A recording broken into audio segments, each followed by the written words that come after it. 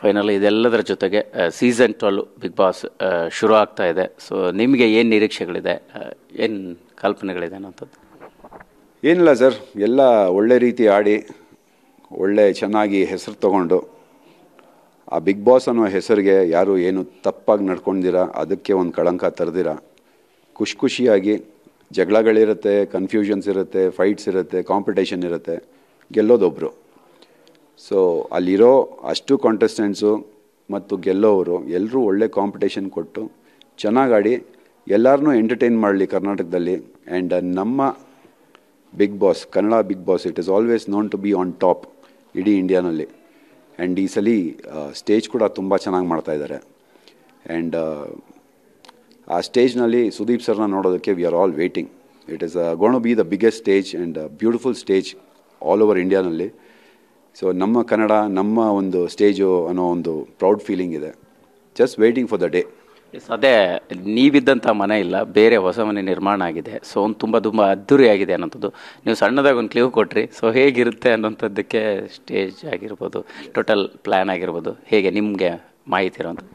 Sir, ನನಗೆ ಗೊತ್ತಿರೋ ವಿಷಯ ಬಂದು ನಂಗೆ ಸ್ಟೇಜ್ ಬಗ್ಗೆ ಗೊತ್ತು. ಬಟ್ ಎಸ್, ಮನೆ ಕೂಡ ತುಂಬ ಚೆನ್ನಾಗಿ ಡಿಸೈನ್ ಮಾಡಿದ್ದಾರೆ.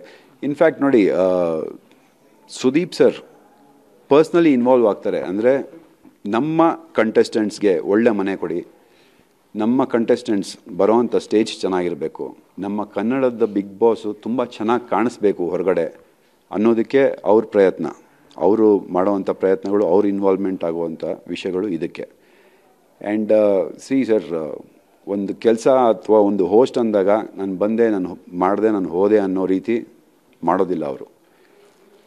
ಪರ್ಫೆಕ್ಷನ್ ನೋಡ್ತಾರೆ. ಎಲ್ಲೇ ಹೋದ್ರೂ it has to be complete, it has to look good, it has to be completed with good feel ಅನ್ನೋ ಒಂದು ಥಾಟ್ ಪ್ರಾಸೆಸ್ ಅವ್ರದ್ದು. ಆ್ಯಂಡ್ ಅದೇ ರೀತಿ ಸ್ಟೇಜ್ ಕೂಡ ಡಿಸೈನ್ ಆಗಿದೆ. ಆ್ಯಂಡ್ ಕಲರ್ಸ್ ಅವರಾಗಲಿ, ಎಂಡ್ಮಾಲ್ ಅವರಾಗಲಿ, they are all collaborated together to bring out a very beautiful stage and house. So ಅದೊಂದು ಸ್ವಲ್ಪ ಜೆಲಸ್ ಇದೆ, ನಾವಿದ್ದಾಗ ಮನೆ ಇರಲಿಲ್ವಲ್ಲ ಅನ್ನೋದು. ಸೊ ಸೀಸನ್ 12 ಹೋಗೋ ಕಾಂಟೆಸ್ಟೆಂಟ್ಸ್ಗೆ they are really lucky to have that house. Final ಈಗ ಸೋಷಿಯಲ್ ಮೀಡಿಯಾದಲ್ಲಿ ಸಾಕಷ್ಟು ಚರ್ಚೆ ಆಗ್ತಿರ್ತೀವಿ, ಜನ ಕೂಡ ಹೇಳ್ತಾ ಇರ್ತಾರೆ. ಅಂದರೆ ಆ ಮನೆಗೆ ಹೋಗ್ಬೇಕಂತಂದರೆ ಕಾಂಟ್ರವರ್ಸಿ ಇಲ್ಲಿರೋರು ಮಾತ್ರ ಆಯ್ಕೆ ಮಾಡೋದಾ? ಸೊ ಅದರಿಂದ ಯಾವ ರೀತಿ ಪರಿಣಾಮ ಬೀಳ್ಬೋದು ಅನ್ನೋಂಥದ್ದು ಸಾಕಷ್ಟು ಸಂದರ್ಭದಲ್ಲಿ ಪಾಸಿಟಿವ್ ನೆಗೆಟಿವ್ ಚರ್ಚೆ ಆಗ್ತಾ ಇರುತ್ತೆ. ಸೊ ಅದನ್ನು ನೀವು ಹೆಂಗೆ ಪರಿಗಣಿಸ್ತೀರಿ ಅಂತ?